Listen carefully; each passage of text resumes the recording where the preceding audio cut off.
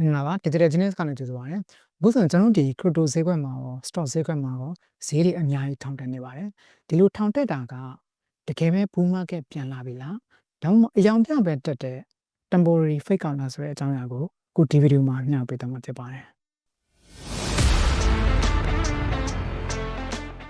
ဈေးကွက်အခြေအနေကတော့ဒါနှစ်ခုလုံးဖြစ်နိုင်တယ်။ bull market တကယ်ပြန်လာလည်းဖြစ်နိုင်တယ်လို့ temporary fake ကောင်လည်းဖြစ်နိုင်တယ်။အဲ့တော့ဘယ်အရာကပြစ်နိုင်ကြီးပိုများလဲဆိုတာကိုကျွန်တော်တို့ data အချက်လက်တွေနဲ့ကျွန်တော်တို့ကြည့်အောင်။ဈေးကွက်ကို drive လုပ်နေတဲ့ factor တွေကတော့ကျွန်တော်တို့အများကြီးရှိတယ်ပေါ့နော်။ကျွန်တော်ဒီ crypto market က stock market ကို follow လုပ်တာများတယ်။အဲ့တော့ stock market ကလည်းပဲဒီကမ္ဘာဈေးကွက်အခြေအနေပေါ်မှာမူတည်တယ်။အဲ့တော့ကမ္ဘာဈေးကွက်အခြေအနေပေါ်မှာမူတည်ပြီးတော့ stock ဈေးအတက်ကျဖြစ်တယ်။အဲ့ဒီ stock ဈေးအတက်ကျဖြစ်တယ်လို့မျိုးဒီ crypto market ကလည်းအတက်ကျဖြစ်လေဖြစ်တာရှိတယ်။ဒီ stock market ကိုအဓိက drive လုပ်တဲ့ကမ္ဘာစီးပွားရေးအချက်လက်တွေအများကြီးရှိတယ်ပေါ့နော်။အဲ့ဒါတွေကလူအများစုသိတယ်နိုင်ငံတွေရဲ့ GDP တွေပြီးလို့ရှိရင်နောက်တစ်ခုကတော့ဒီငွေဖောင်းပွားတယ်နော် inflation တို့နောက်တစ်ခုကတော့ PCE ဒီ personal consumption ပေါ့နော်ဒီလူတွေရဲ့သုံးစွဲမှုနှုန်းပေါ့နော်အဲ့ဒါတွေရဲ့ပြီးလို့ရှိရင်နောက်တစ်ခုကတော့ဒီဗဟိုဘဏ်ရဲ့ဒီအတိုးနှုန်းလျှော့တာလားအတိုးနှုန်းတိုးတာလားပေါ့နော်အဲ့ချက်လက်တွေပေါ်မှာမူတည်ပြီးတော့လည်းဒါစီးပွားရေးပြောင်းလဲရှိအဲ့ဒီချက်လက်တွေပေါ်မှာမူတည်ပြီးတော့လည်းဒါစီးပွားရေးပြောင်းလဲရှိတယ်ပြီးတော့ M2 manage supply နေပြီးတော့ဒေါ်လာရဲ့ margin ပျော့ခြင်းပေါ့နော်သူ့ရဲ့ဒေါ်လာရဲ့ value ပေါ့နော်ဒီဒေါ်လာ currency index တွေပြီးလို့ရှိရင် geopolitical factors ပေါ့နော်ဒီကမ္ဘာနိုင်ငံရေးအသတင်းအချက်လက်တွေဒီအချက်လက်တွေပေါ်မှာအများကြီးမူတည်တယ်ကျွန်တော်ဒီ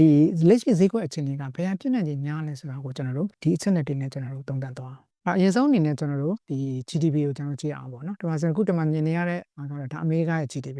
သူက GDP များတယ်ဆိုလို့ရှိရင်ဒါစီးပွားရေးကောင်းတယ်ဒါစီးပွားရေးကောင်းတယ်ဆိုလို့ရှိရင်ဒါ stock ဈေးကွက်တွေဒါဈေးတက်လေးရှိတယ်ပေါ့နော်ဒါမှမဟုတ်ဒါ GDP ကဒီ3တွေ2တွေ1ဝန်းကျင်အရင်နေမှာအဲ့ဒီလောက်ရှိတယ်ပေါ့နော်ဒါပေမဲ့ဒါပြီးခဲ့တဲ့ quarter 1ပေါ့နော် January February March ဒီ3လ2025 quarter 1မှာသူက negative ပြတယ်ဒီမှာဆိုမေ့စလို့ဒီမှာမြင်တဲ့အတိုင်းသူက minus အနေငယ်ပြသွားတယ်အဲ့တော့ negative ပြတယ်ဆိုတဲ့ဟာကဒါစီးပွားရေးကြားတဲ့အနှုံပေါ့နော်အဲ့တော့ကျွန်တော်ဒီဗီဒီယိုတွေမှာလည်းကျွန်တော်ပြောခဲ့တယ်recession ပေါ့ကမ္ဘာစီးပွားပြက်ကန့်က quarter နှစ်ခုဆက်တိုက် minus ပြပြီဆိုလို့ရှိရင်ဒါ recession ကမ္ဘာစီးပွားပြက်ကန့်ဖြစ်တယ်လို့ပြောတယ်အဲ့တော့ကမ္ဘာစီးပွားပြက်ကန့်ဖြစ်ပြီဆိုရင် stock ဈေးကွက်ကျတယ် stock ဈေးကွက်ကျရင်ဒါ crypto လည်းပဲကျတာပဲအဲ့တော့ကျွန်တော်ဒီ GDP တစ်ခုတည်းပဲကျွန်တော်ကြည့်မယ်ဆိုလို့ရှိရင်တော့ quarter 1ကဒါ negative ပြနေtechnical recession theory ရဆိုလို့ရှိရင် quarter 1မှာဒါ negative ပြနေပြီဒီကလို့သာနောက်ထပ် quarter 2သာထပ်ပြီး negative ပြမယ်ဆိုရင်ဒီဟာက recession ဖြစ်တယ်။နော်လောလောဆယ်တော့ဒါ quarter 2ကတော့မသိရသေးဘူး။ဒါ quarter 1ရဆိုလို့ရှိရင်ဒါ recession ဖြစ်တယ်။ဒါပေမဲ့ကျွန်တော်ဒီ crypto market ကဈေးတက်နေတယ်ပြီးလို့ရှိရင်ဒီဟာက stock market ပေါ့နော်ဒီဟာက S&P 500 index ကလည်းဒါဈေးတက်နေတယ်။ GDP တစ်ခုပဲကျွန်တော်ကြည့်မယ်ဆိုရင်တော့ GDP က negative ပြနေတယ်ဒါစီးပွားရေးတိတ်ပြီးမကောင်းဘူး။ဒါပေမဲ့ crypto ဈေးတွေတောင်းတက်တယ်ပြီးတော့ stock မှာလည်းဈေးတွေထောင်တက်တယ်။ဒါဆိုလို့ရှိရင်ကျွန်တော်တို့ကပုံမှန်ဖြစ်ဆိုကျွန်တော်စဉ်းစားမယ်ဆိုရင်ဒီဟာကဒါ temporary fake ကောက်လို့တင်စရာရှိတယ်အဲ့တော့တချို့ international ကဒီ YouTuber တချို့ကဒါဆိုလို့ရှိရင် GDP က minus ပြနေတယ် GDP minus ပြနေတော့ဒါဈေးတွေတက်တာကဒါ temporary fake ကောက်ဆိုပြီးပြောနေကြတာလည်းရှိတယ်အဲ့တော့ကျွန်တော်ဒီတစ်ချက်တည်းနဲ့ကျွန်တော်ဆုံးဖြတ်လို့မရသေးဘူးနောက်တစ်ချက်တွေကျွန်တော်ဆက်ပြီးကြည့်အောင်နောက်တစ်ချက်တွေကတော့ကျွန်တော်ဒီ inflation တို့ဒီ PCE တို့ပေါ့နော် personal consumption ပေါ့နော်လူတွေရဲ့အသုံးနဲ့နှုန်းပေါ့နော်ဒါ2024ဒီဇင်ဘာစပြီးဒီမှာဆိုတစ်လချင်းစီသုံးနဲ့နှုန်းကဒီမှာဆို2.6 2.7 ဒါ2.3ဒါလူတွေရဲ့သုံးတဲ့နှုန်းကဒါတဖြည်းဖြည်းကျလာတယ်ပေါ့နော်ဒီမှာဆိုတော့ 2.3 လောက်ကျန်တယ်နော်လူတွေရဲ့သုံးတဲ့နှုန်းကဒါ 2.3 လို့ရှိရင်နောက်တစ်ခုက inflation ကလည်းတိုးလည်းမလာဘူးလျော့လည်းမသွား inflation ကဒါ flat ဖြစ်နေတယ်နော်ဒါဝကြေးဖောင်းမှုနှုန်းကဒါ flat လောက်ဖြစ်နေတယ်လို့ရှိရင်နောက်တစ်ခုကတော့ဒီမှာဆိုရင် rate cut ပေါ့နော် rate cut ကဒီဗဟိုဘဏ်ရဲ့အတိုးနှုန်းကိုလျှော့တာလားတက်တိုးတာလားပေါ့နော်အဲ့ချိန်ဒီပေါ်မှာလည်းမဟုတ်ဘူးအဲ့တော့တိုးရဲ့နှုန်းကိုကျွန်တော်တို့ကြည့်မယ်ဆိုလို့ရှိရင်အဲ့တော့ဒီဗဟိုဘဏ်ရဲ့ခုမေလ6ရက်နဲ့9ရက်နေ့မှာဒါ FOMC meeting ပေါ့နော်အဲ့ဒီ meeting မှာတော့အတိုးနှုန်းကိုတိုးတာလည်းမလုပ်ဘူးလျှော့တာလည်းမလုပ်ဘူးပုံမှန်တိုင်းပဲဆက်သွားတယ်အဲ့တော့နောက်လာမယ့်ဂျွန်လမှာအတိုးနှုန်းလျှော့နိုင်ခြင်းရှိလားလျှော့နိုင်ခြင်းမရှိဘူးလားဆိုတော့ဒီမှာဆိုရင်ဒီကနေ10မိနစ်ကနေသူသုံးသပ်ထားတဲ့ဟာရှိတယ်အဲ့တော့သုံးသပ်ထားတဲ့ဟာအရာဆိုရင်သူကလက်ရှိအတိုးနှုန်းတိုင်းထားဖို့က85ရာခိုင်နှုန်းရှိတယ်နော်ဒီတိုင်းဆိုရင်ဒါအတိုးနှုန်းကိုတိုးလည်းမတိုးဘူးလျှော့လည်းမလျှော့ဘူးအဲ့တော့ဒီတိုင်းမှာဆိုလို့ရှိရင်ကျွန်တော် GDP ရဆိုလို့ရှိရင် GDP က negative ဖြစ်တယ်ပြီးတော့ rate cut ရဆိုရင်ဒါတိုးတာလည်းမရှိဘူးလျှော့တာလည်းမရှိဘူးလျှော့တာလည်းမရှိနိုင်ဘူးပေါ့နော်ဒီချိန်မှာတော့ဒါလက်ရှိ May decision မှာတော့သူကအတိုးနှုန်းကိုဒါ decline မဲ့ထားတာသူရဲ့ probability ရဆိုလို့ရှိရင်နောက်လာမှာလည်းပဲဒါတိုးဖို့ရာခိုင်နှုန်းဒါတိတ်ပြီးမရှိဘူးပေါ့နော်လက်ရှိတိုင်းထားဖို့ဒါ85ရာခိုင်နှုန်းတော့ပြောတာတယ်ဒီချက်တွေပဲကြည့်မယ်ဆိုလို့ရှိရင်တော့ဒါ temporary fake ကောက်လို့ပြင်စရာရှိတယ်ဟုတ်ပြီအဲ့တော့ကျွန်တော်တို့ဒီဟာတွေကိုဆက်ကြည့်အောင်တော့ဒီမှာဆိုရင်နောက်ထပ်ကြည့်ရမယ့်ကျွန်တော်အချက်ကဘာလဲဆိုတော့ဒီ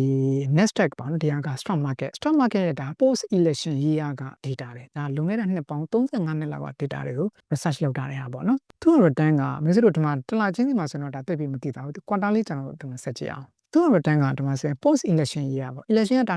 2024မှာဖြစ်တယ်ဆိုရင် post election ပြီးတဲ့နောက်တစ်နှစ်ပေါ့နော်ဒါ2025ပေါ့ဒီမှာဆိုရင်ဒီနှစ်တစ်ချိန်ဒါ election 2020မှာရွေးကောက်ပွဲဖြစ်တယ်ပြီးတော့ဒါ2021ကဒါ post election year ပေါ့အဲ့ဒီ election year တွေမှာ သူတို့ရဲ့ဒီ post election year တွေမှာဘာတွေဖြစ်နေဖြစ်တာရှိတယ်ပြောလို့ရှိရင်ဒါသမ္မတအသစ်တက်တဲ့နှစ်ပေါ့ကိုယ်စင်တာဒေါ်နယ်ထရန့်သမ္မတအသစ်တက်တာကဒါ2025ပေါ့2025မှာဒါ quarter 1ဖြစ်သွားပြီပြီးလို့ရှိရင်ဒါ quarter 2လက်ရှိကျွန်တော်ရောက်နေတဲ့ဟာက quarter 2ပေါ့အဲ့တော့ပြီးခဲ့တဲ့35နှစ်စာတောက်လျှောက်ကြည့်မယ်ဆိုရင် quarter 1မှာကနော်ဒီ stock ဈေးကွက်က quarter 1မှာတက်တာတွေရောကျတာတွေရောဒါနှစ်ခုလုံးဖြစ်ခဲ့တယ်တချို့သမ္မတတွေလက်ထက်မှာ quarter 1မှာတက်တာရှိတယ်ကျတာရှိတယ်ဒါပေမဲ့အဲ့ဒီမှာအကုန်လုံးတူနေတဲ့ဟာကပါလဲဆိုကျွန်တော်လက်ရှိ quarter 2မျိုးဆိုတော့တစ်ချက်ချင်း post election ဒီ quarter 2မှာ stock ဈေးကွက်တွေအကုန်လုံးအတက်ပဲရှိတယ်100% နော်ပြီးခဲ့တဲ့35နှစ်ကိုကျွန်တော်ပြန်ကြည့်မယ်ဆိုလို့ရှိရင်အဲ့ဒီသမ္မတတက်ပြီးတော့နောက်ထပ် quarter 2မှာတောက်လျှောက်အတက်တွေပဲရှိခဲ့တယ်။ဒေါ်လာစင်တာ quarter 2ကကျွန်တော်တို့ဒီ April တလပြီးသွားပြီ။ခုဒါကမေလအလယ်နားလာရတယ်နော်အဲ့တော့ကျွန်တော်ဒီ quarter 2မှာစုစုပေါင်း3လရှိတဲ့အထက်မှာကျွန်တော်တို့ကတစ်လနဲ့တစ်ဝက်တော့ပြီးသွားပြီ။ကျန်တဲ့တစ်လနဲ့တစ်ဝက်လောက်ကျန်သေးတယ်။နော်ဒီ screenshot ကတော့ဒီ data screenshot ကဒါပြီးခဲ့တဲ့တစ်ပတ်လောက်ကယူထားဆိုတော့အခုနောက်ပိုင်းကဈေးတက်ထားနေပါနဲ့ဆိုတော့ဒါ -4.8% လောက်တော့ရှိချင်မှရှိတော့တယ်။အဲ့တော့ဒီတိုင်းကဆိုရင်ဒါပြီးခဲ့တဲ့တောက်လျှောက်မှာ stock ဈေးကွက်ဒါအတက်ကြီးရရှိခဲ့တယ်။ဒီတိုင်းကဆိုရင်ကျွန်တော်တို့ကျန်တဲ့တစ်လခွဲကတက်ဖို့ရာခိုင်နှုန်းပုံများနေ။နော်ဘာလို့လဲဆိုတော့ကျွန်တော် history မှာဒါဒီတိုင်းဖြစ်ခဲ့တယ်အကုန်လုံး100%ဖြစ်ခဲ့တယ်ဒေါ်နယ်ထရန့်ရဲ့ဒါ quarter 2လက်ထက်မှာလောလောဆယ်တော့ဒါ minus ပြနေသေးတယ်ဒါဒီ quarter 2ပြေးဖို့အတွက်နောက်ထပ်တစ်လခွဲလောက်စောင့်အောင်တစ်လခွဲလောက်စောင့်တဲ့အချိန်မှာတော့ဒီတိုင်းကဆိုလို့ရှိရင်ဒီ stock market ကပြန်ပြီး queen ဖြစ်ဖို့အတွက်ရာခိုင်နှုန်းပုံများတယ်အဲ့တော့လောလောဆယ်လည်းပဲဒီ stock market ကတည်းကဆိုရင်1 weekend နဲ့5ခုလောက်သူကတောက်လျှောက်သူကအထောင်တက်ပြီးသားတယ်။ဘယ်တော့တစ်ခေါက်ကြာတာတော့သူက tariff news ကြောင့်သူက 20% လောက်သူခဏကြာခဲ့တယ်။အခုနောက်ပိုင်းမှာသူကဈေးဒါခဏပြန်ထောင်တက်နေတယ်။ဒီ post election အရဆိုလို့ရှိရင်တော့ပြန်ထောင်တက်ဖို့အတွက်ရာခိုင်နှုန်းကပိုများနေတယ်။ဟုတ်ပြီအဲ့ဆိုကျွန်တော်နောက်တစ်အချက်တွေကျွန်တော်ဆက်ကြည့်အောင်။ကျွန်တော်ဒီမှာဒီပြောထားရှိတာပါ retail watch chart retail ဆိုတာကပြောလို့ရှိရင်ဒါ individual တွေပေါ့နော် traders တွေကျွန်တော်တို့တယောက်ချင်းစီဒါလက်လီအယောင်းဝယ်လုပ်တယ်ဒါ retail တွေတကယ် financial institution တွေ billionaire တွေသူတို့တွေကျတော့ဒါ smart money အကုန်လုံးတော့ကျွန်တော်အဲ့ထဲမှာတကယ် financial institution တွေဒါ billionaire တွေသူတို့တွေကဒါ smart money နဲ့ခေါ်တယ်အဲ့တော့ retail တော်တော်များ trader တွေတော်တော်များက technical analysis ကိုပဲအဓိကအကိုးကြတယ် retail တွေက technical analysis ချက်တွေကြည့်မယ်ဒီ chemistry တွေကြည့်လို့ဒါ support ရောက်ပြီး resistance ရောက်ဒါကိုပဲအဓိကကြည့်ကြတယ် traders တွေတော်တော်များဒါပေမဲ့ smart money ဟာ flow ကိုကြည့်ရဟုတ်ပြီ flow ဆိုလို့ဘာ flow လဲဆိုလို့ရှိရင်ကျွန်တော်တို့ money flow နော်အဲ့တော့ကျွန်တော် money flow ကိုလည်းကြည့်ဖို့လိုတယ်အဲ့တော့ money flow ကိုကျွန်တော်ကြည့်မယ်ဆိုရင်မျိုးစတို့အခုတမမြင်နေရတဲ့ data ကဒါ ETF flow ပေါ့နော် ETF ဆိုတဲ့ဟာကကျွန်တော်တို့လူတော်များကကျွန်တော်တို့ဒီ retail တွေကဒီ Bitcoin တို့တခြား currency တို့ဝယ်ပြီးတခြား crypto တွေဝယ်ပြီးဆိုလို့ရှိရင် Binance Exchange မှာအလွယ်တကူဒီတိုင်းသွားဝယ်လို့ရတယ်ဒါပေမဲ့တကယ် financial institution တွေ hedge fund တွေတကယ် institution ကြီးတွေကသူတို့တွေမှာ regulation တွေရှိတယ်သူတို့မှာစီမင်းစည်းကမ်းတွေကျွန်တော်တို့လိုမျိုးဒီ Binance Exchange ကနေအလွယ်တကူဝယ်လို့မရဘူးနော်အလွယ်တကူဝယ်လို့မရတော့သူတို့တွေက Binance Exchange ကနေသူတို့စီးမြင့်နေအရာဝယ်လို့မရတော့ဒီလိုမျိုးဒါ ETF တွေကနေသွားဝယ်ရတယ်ပြောလို့ရှိရင်ဒါကဒီဒါ Bitcoin ကိုဝယ်တဲ့နေရာတစ်ခုပေါ့နော်ဒါသူတို့ရှိရင်ဒါ ETF Go ETF တို့ရှိတယ်ပြီးလို့ရှိရင်တခြား stock market မှာလည်းဒါ ETF တွေရှိတယ်နော်အဲ့တော့သူတို့ regulation တွေအရဝယ်လို့ရတဲ့ဟာကဒီလိုမျိုး ETF တွေကနေဝယ်လို့ရတယ်အဲ့တော့တကယ် smart money တွေကဒီဒါပြီးခဲ့တဲ့သတင်းပတ်တရားတော့နော် April 22 23ဒီအဲ့6ရက်မှာ crypto rate ကိုဒါ Bitcoin တွေကိုဘယ်လောက်တောင်ဝင်လာလဲဆိုတော့ကျွန်တော် April 22မှာဆိုရင်1 billion နေပါလောက်ဝင်လာတယ်နောက်နေ့မှာလည်းဒါ1 billion နေပါဒီရက်ပိုင်းအတွင်းမှာ billion ပေါင်းများစွာ crypto market တွေဝင်လာတယ်ဒါတွေက smart money တွေကောင်းပြီအဲ့တော့ပြီးခဲ့တဲ့လကိုကျွန်တော်ပြန်ကြည့်မယ်ဆိုရင်ကျွန်တော်တို့ retail တွေတော်တော်များကဒါ crypto ကဘယ် market လာပြီဆိုပြီးအကြောက်တရားဝင်နေတဲ့အချိန်မှာတကယ် smart money တွေ financial institution တွေက they know something နော်ကျွန်တော်တို့မသိတာတခုသူတို့ကြိုသိနေလို့လည်းဖြစ်နိုင်တယ်နော်အဲ့တော့သူတို့တခုခုကြိုသိနေလို့ဒီမှာဆိုရင်ဒီဈေးကွက်ထဲကိုတကယ် billion ပေါင်းများစွာဈေးကွက်ထဲကိုဒါဝင်လာကြတယ်ဒီကဒါ Bitcoin နဲ့ဝင်လာတဲ့ဒါ money flow ပေါ့နော် money inflow ပေါ့ crypto market ထဲကို billion ပေါင်းများစွာ money inflow ဝင်လာတယ်ပြီးလို့ရှိရင်နောက်တစ်ခုက Ethereum ပေါ့နော်ဒီမှာ Ethereum နဲ့ဝင်လာတဲ့ဟာကတန်းရာခဏလောက်ဒါ Ethereum နဲ့ဝင်ထားဒါ Ethereum ETF ပေါ့နော် Ethereum ETF ကိုလည်းဒါဒေါ်လာတန်းရာခဏလောက်ဒါဝင်လာတယ်ဟုတ်ပြီအဲ့တော့ financial institution အကြီးတွေဝင်လာတယ်ပြီးလို့ရှိရင်နောက်တစ်ခုဒီကဝှေးတွေပေါ့နော်ဝှေးဆိုတာလည်းဒီကတော့ financial institution တွေလည်းပဲဒါဝှေးထဲမှာပါတယ်အဲ့တော့ကျွန်တော်တို့ဒီ Bitcoin မှာက wallet address တွေမှာဒီဘယ်လောက်ရှိလဲဆိုတော့အဲ့ဒီမှာ tracking လုပ်လို့ရတယ်အဲ့တော့ BTC ပေါင်းတောင်းကနန်းလောက်ရှိတယ်အဲ့တော့တန်ဖိုးအပြင်ဆိုလို့ရှိရင်ဒေါ်လာတန်းရာပေါင်းများစွာ billion နဲ့ GB ရှိတဲ့အဲ့ဒီ wallet တွေကဒီ BTC အများကြီး accumulation လုပ်နေပြောလို့ရှိရင် BTC တွေအများကြီးဝင်နေတယ်အဲ့မှာတကယ်ဆို high wallet ပြီးလို့ရှိရင် medium wallet တခုမှဒါ BTC ပေါင်း1000နဲ့ GB ရှိတယ်ဆိုတာဒါတကယ်ဝှေးတွေပေါ့နော်1000နဲ့ GB ရှိတယ်သူတို့တွေကဒါ billion ပေါင်းများစွာနော်ဒီ BTC တွေသူက accumulate လုပ်နေကြတယ်ပြီးတော့ပြီးခဲ့တဲ့ရက်30လောက်အတွင်းမှာ BTC ပေါင်းဘယ်လောက်တောင်ဝယ်ယူနေကြလဲဆိုတာ BTC ပေါင်း3သိန်းနော် BTC ပေါင်း3သိန်းဆိုတာဒါနည်းတဲ့ပမာဏမဟုတ် BTC ပေါင်း long term holder ပေါ့နော်ဒါပြီးခဲ့တဲ့ရက်30အတွင်းမှာ BTC ပေါင်း3သိန်းလောက် accumulate လုပ် တကယ်အကြီးတွေကကျွန်တော်တို့ retail investor တွေကကျွန်တော်တို့ဒီ retail တွေကဒါ bear market လာပြီလားဆိုပြီးစိုးရိမ်နေတဲ့အချိန်မှာတကယ် financial institution တွေဝေးတွေ smart money တွေကသူတို့တွေကဒီ BTC ပေါင်းများစွာ billion နဲ့ချီပြီးတော့မှနော် billion နဲ့တန်ဖိုးရှိတဲ့ BTC တွေကိုသူတို့တွေကအခုနည်းလုံနေကြတယ်သူတို့ပြောရင်ဝယ်စုနေကြတယ်အဲ့ဆိုကျွန်တော်တို့မသိတာသူတို့ကြိုသိနေတာလည်းဖြစ်နိုင်တယ်ပေါ့နော်ဟုတ်ပြီအဲ့တော့ကျွန်တော်တို့ဒီဟာကိုဆက်ကြည့်အောင်ရှင်းမှာကျွန်တော်ပြောခဲ့တဲ့ factor တွေထဲမှာနောက်ထပ် factor တစ်ခုကပါလဲဆိုတော့ဒီ M2 money supply ပေါ့နော်အဲ့တော့ M2 money supply ဆိုတာကမျိုးဆိုတော့ AI ကိုတစ်ချက်မေးကြည့်လို့ရတယ် M2 money supply ဆိုတာဘာလဲပေါ့နော်ဒါတော့ကျွန်တော်အသေးစိတ်မပြောတော့ပြောလို့ရှိရင်ဈေးကွက်ထဲမှာလဲပတ်နေတဲ့ money supply global M2 money supply ဆိုလို့ရှိရင်တစ်ကမ္ဘာလုံးမှာလဲပတ်နေတဲ့ M2 money supply ပေါ့အဲ့တော့ဒီ M2 money supply ဆိုတဲ့ဟာကအစိုးရကနေရိုက်ထုတ်တဲ့ဟာတွေလည်းပါတယ်ဘဏ်ချင်းငွေတွေဒီမှာဆိုရင် money printing ပါတယ် bank lending ပါတယ်စသဖြင့်တခြားဟာတွေလည်းအများကြီးပါတယ်အဲ့တော့ဒီတစ်ကမ္ဘာလုံးမှာလဲပတ်နေတဲ့ money supply နဲ့မျိုးဆိုတော့ဒီကျွန်တော်တို့ဒီ trading view ကိုသွားမယ်ဆိုလို့ရှိရင်ဒီမှာဆိုရင် money supply ဆိုပြီးရှာကြည့်လို့ရတယ်နော်ဒီမှာဆိုရင်ကျွန်တော် trading view ကနေဒီမှာဆိုရင် US state money supply M2 ဆိုပြီးကျွန်တော်သွားလိုက်မယ်ဆိုရင်သူ့ရဲ့ money supply ကလက်ရှိကျွန်တော်ပြောနေတဲ့အချိန်မှာ21 trillion ရှိနေပြီ။သူကပြီးခဲ့တဲ့နှစ်တည်းကစပြီးသူ money supply နေတောက်လျှောက်တိုးလာခဲ့တာ။ဒါနော်ဒီထဲမှာအများစုကတော့ဒါပတ်စံနေရိုက်ထုတ်တာပေါ့။အဲ့တော့ပတ်စံနေရိုက်ထုတ်တာကြောင့်လည်းပါတယ်ပြီးလို့ရှိရင်နောက်တစ်ခု bank lending ပေါ့နော်ဒီဘဏ်တွေကဒါချင်းငွေတွေလည်းပါတယ်အဲ့တော့ M2 money supply ကတောက်လျှောက်သူတက်ခဲ့တယ်ပြန်ပြီးခဲ့တဲ့နှစ်တည်းမှာ M2 money supply ခဏကြာတယ်ပြီးတော့ဒီမှာဆိုရင်ပြန်ထောင်းတက်နေတယ် M2 money supply ကကျွန်တော်တို့ဒီ Bitcoin နဲ့ဆက်ဆက်မှုရှိတယ်။ဒါဆိုတော့ damage စဉ်းစားကြည့်ဈေးကွက်ထဲမှာငွေတွေများလာရင်ဘာဖြစ်မလဲ M2 money supply ဆိုတာကျွန်တော်တို့အကြမ်းဖျင်းနားလည်အောင်ပြောရရင်ဈေးကွက်ထဲမှာလဲပတ်နေတဲ့ငွေကြေးတွေပေါ့ဒါ liquidity ပေါ့နော်ကျွန်တော်တို့ဒီဈေးကွက်ထဲမှာငွေကြေးတွေများလာပြီဆိုလို့ရှိရင်ငွေများလာပြီဆိုရင်အဲ့ဒီများလာတဲ့ငွေတွေကိုလူတွေကရွှေတွေဝယ်တာရှိမယ်နောက်တစ်ခု stock market ထဲဝင်တာရှိမယ်နောက်တစ်ခု crypto ထဲဝင်တာရှိမယ်ပြီးခဲ့တဲ့ဆယ်စုနှစ်တစ်ခုစာလောက်ကိုဒီမှာပြန်ပြီး analysis လုပ်ကြည့်တဲ့အခါမှာ2013ကနေ2024အတွင်းမှာ Bitcoin က global M2 supply နဲ့ correlation ဆိုတာဆက်ဆက်မှုရှိတယ်ဘယ်လောက်တောင်လဲဆိုတော့ 94% 94%ဆက်ဆက်မှုရှိတယ်နော်အမြဲတမ်းနောက်ချင်ပါဘူးဆိုကြပါစို့ M2 money supply များပြီဆိုလို့ရှိရင်ဒါ Bitcoin ဈေးတက်မယ်နော်94%ဆိုတော့အချိန်100လုံးနောက်ချင်ပါအောင်မယ်ဒါပေမဲ့တချို့အချိန်တွေမှာ M2 money supply များတာနဲ့ Bitcoin ဈေးကျတာလည်းရှင်းရှင်းဒါပေမဲ့ရာခိုင်နှုန်းအဖြစ်ဆိုလို့ရှိရင်94%ဆက်ဆက်မှုရှိတယ်အဲ့တော့ M2 money supply များနေပြီဆိုလို့ရှိရင်ဒါ Bitcoin ဈေးတက်လည်းရှိတယ်အဲ့ Bitcoin မှာလည်းမဟုတ်ဘူးကျွန်တော်ဒီရွှေ stock ကျွန်တော်ပုံမှန်တိုင်းနဲ့စဉ်းစားကြည့်လေဒါငွေတွေများလာပြီဆိုအဲ့ငွေတွေကတခြားနေရာပြန်ပြီး flow တင်ပါတယ်အဲ့တော့လက်ရှိအချိန်ဒီမှာဒါ M2 money supply နေတာဒါများနေတယ်နော်ဒီဟာတစ်ချက်ပေါ့တစ်ချက်ကနောက်တစ် factor ရှေ့ကကျွန်တော်ပြောခဲ့တဲ့ factor တွေမှာပါတယ်နောက်တစ်ခုကတော့ဒီမှာဆိုရင် DXY ပေါ့ဒါနောက်ဆက်ကျွန်တော်ပြောခဲ့တဲ့ဟာကဒါ M2 money supply နောက်တစ်ခုကတော့ဒီမှာဆိုရင် DXY ဒါ dollar currency index လို့ပြောတယ်အဲ့တော့ကျွန်တော်ဒီ dollar currency index ဆိုတဲ့ဟာကပြောလို့ရှိရင်ဒေါ်လာရဲ့ value ပေါ့သူဒေါ်လာငွေကြေးငွေမာလားပျော့လားဆိုတာပြောချင်တာသူကဒေါ်လာ index တန်ဖိုးကသူ100နဲ့တက်သူတန်ဖိုးများတယ်ဆိုရင်သူကဒေါ်လာမာလာတယ်ပြောရင်ဒေါ်လာတန်ဖိုးရှိလာတယ်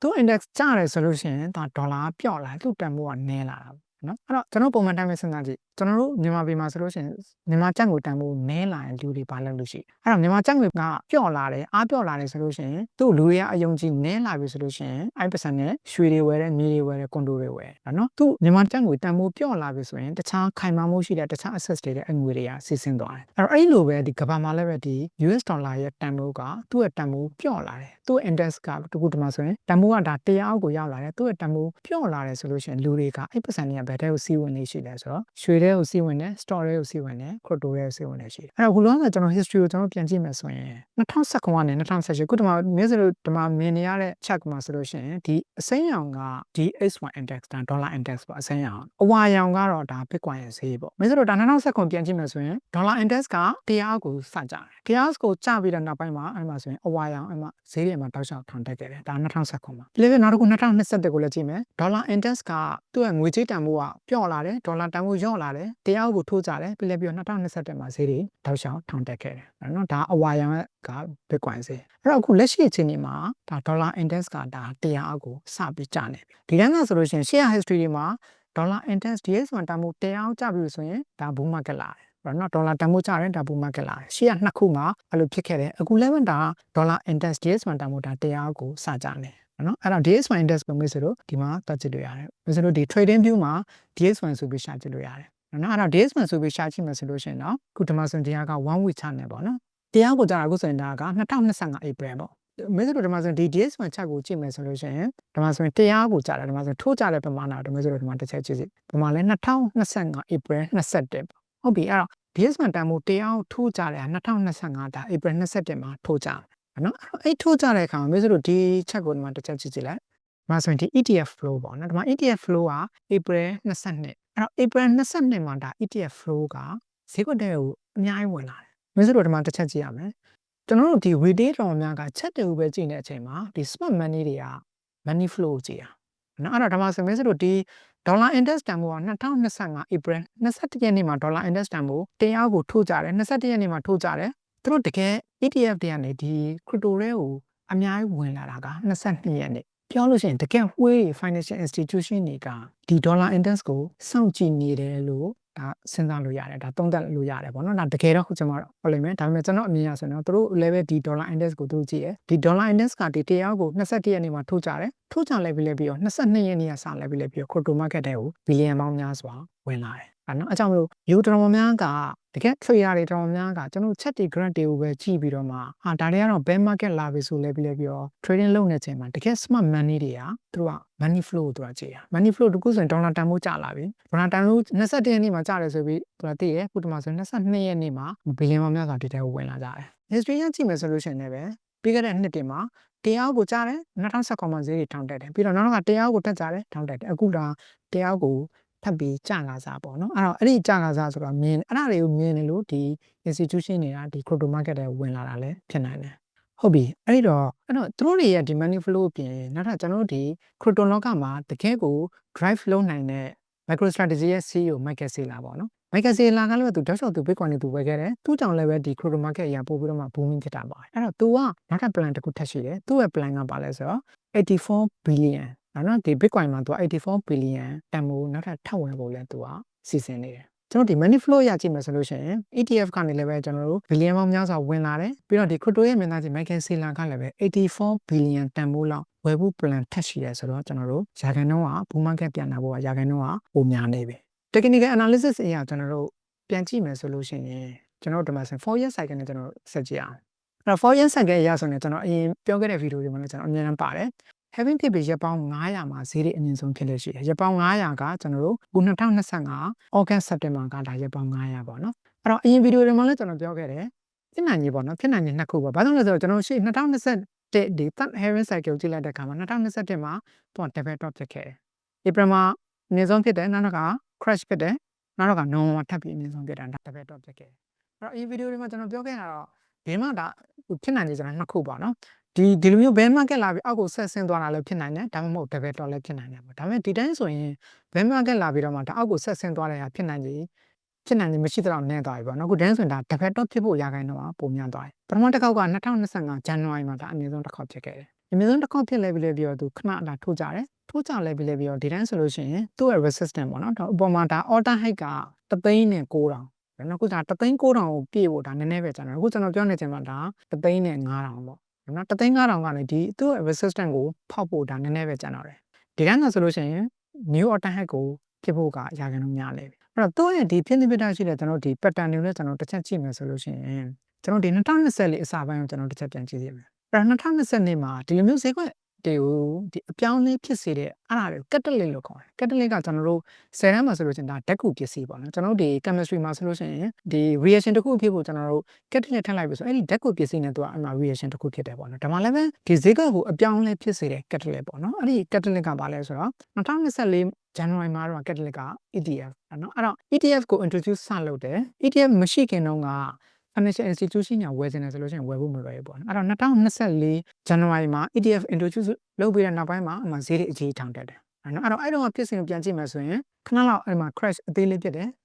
ပြီးတော့ခုဒီမှာအနည်းကတော့ဈေးကျတဲ့ဟာပေါ့နော်ဈေးခဏကျတယ်ပြီးတော့ဒီမှာခဏပြန်တက်တယ်ပြီးတော့ sideways ခဏသွားတယ်ပြန်တက်တယ်ပြီးရင် sideways သွားတယ်အဲ့နောက်ပိုင်းမှာ Bitcoin ဈေး9000လောက်ကနေ9000လောက်ထိနာအကြီးကျယ်ထောင်တက်ခဲ့တယ်ဒါ2024အခုလည်းပ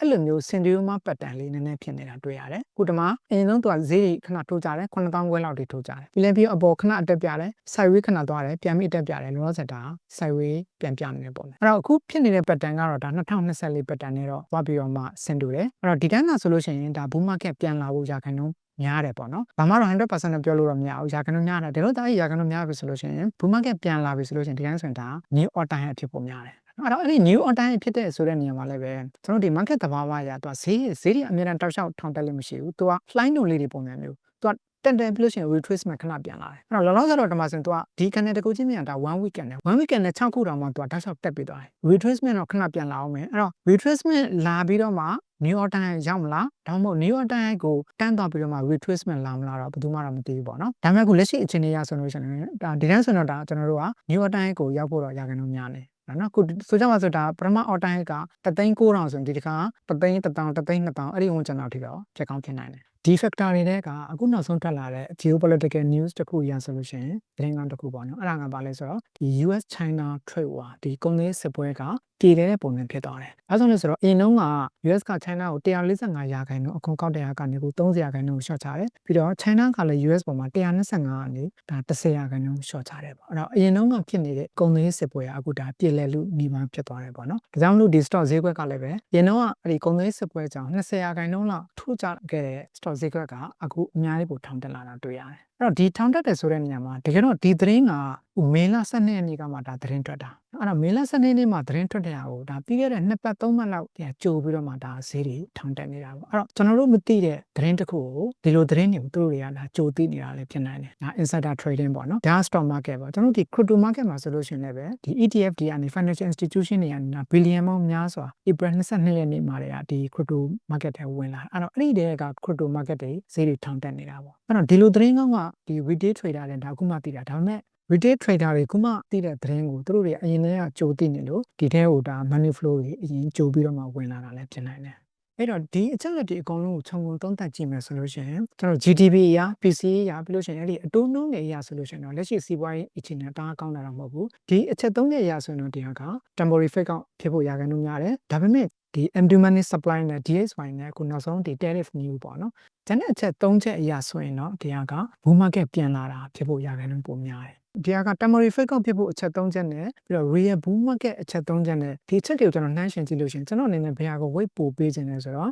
bull case ကိုကျွန်တော်ပို့ပြီးတော့မှ weight ပိုပေးခြင်းအဲ့ဒါဘာလဲဆိုတော့ကျွန်တော်ဒီ empty money supply တွေများလာတယ်ပြီးတော့ဒေါ်လာအပြော့လာတယ် TS1 index ပြီးတော့အခုနောက်ဆုံး geopolitical news ပေါ့နော်ဒီ tariff ဒီအရင်တော့ဖြစ်နေတဲ့ဒီ trade war တာပြန်လေပြည်လေတဲ့ပုံမျိုးဖြစ်သွားတယ်ဒီဟာကိုကျွန်တော် weight ပိုပေးခြင်းနဲ့ဖြစ်တဲ့အတွက်ရာခိုင်နှုန်းအပြင်ပြောမယ်ဆိုလို့ရှိရင်ဒါ bull market ပြန်လာဖို့ဒါရာခိုင်နှုန်းပိုများတယ်သူ့ကိုကျွန်တော်60ရာခိုင်နှုန်းခံမှန်းနေတယ် temporary fake out ဖြစ်ဖို့ရာခိုင်နှုန်းကတော့ဒါ40ရာခိုင်နှုန်းလောက်ပဲကျွန်တော်ခံမှန်းနေတယ်ဟုတ်ပြီအဲ့တော့ကျွန်တော်အနေနဲ့ဒီလိုအခြေအနေမှာဘာလုပ်မလဲဆိုတော့ဒီ Bitcoin ဈေးတစ်သိန်းအထက်မှာတော့ကျွန်တော် Bitcoin ကြီးထပ်ပြီးမဝယ်တော့ဘူးကျွန်တော်ဒီ 4 year cycle မှာကျွန်တော်အနေနဲ့2022 23 24ဒီ3နှစ်ကတော့ Bitcoin ဝယ်တဲ့နှစ်နောက်ဆုံးဒီတစ်နှစ်ကတော့ဒါ profit taking နှစ်ပေါ့နော်အဲ့တော့ဒီ profit ယူတဲ့ဒီနှစ်မှာတော့ဒါ bull market လာမှာပဲဆိုပြီးတော့ကျွန်တော် profit မယူဘဲမနေဘူး temporary fake out ဖြစ်ဖို့ရာခိုင်နှုန်းနည်းနည်းရှိတာဖြစ်တဲ့အတွက်ကျွန်တော်အနေနဲ့အခု Bitcoin ဈေး3,400လောက်ချိန်မှာကျွန်တော် percentage တစ်ခုကျွန်တော် profit ယူပြီးသွားပြီ bull market လာနိုင်ရင်လည်းရှိတာဖြစ်တဲ့အတွက်ဒီကလို bull market လာခဲ့လို့ဆိုလို့ရှိရင်ထပ်ပြီး profit ယူဖို့အတွက်ရာခိုင်နှုန်းအများစုကိုကျွန်တော်ချန်ထားသေးတယ်အဲ့တော့မင်းတို့ဒီဗီဒီယိုကတော့မင်းတို့အတွက်ဝယ်ဖို့ရောင်းဖို့အတွက် financial advice မဟုတ်ပါဘူးကျွန်တော်လေ့လာခဲ့တဲ့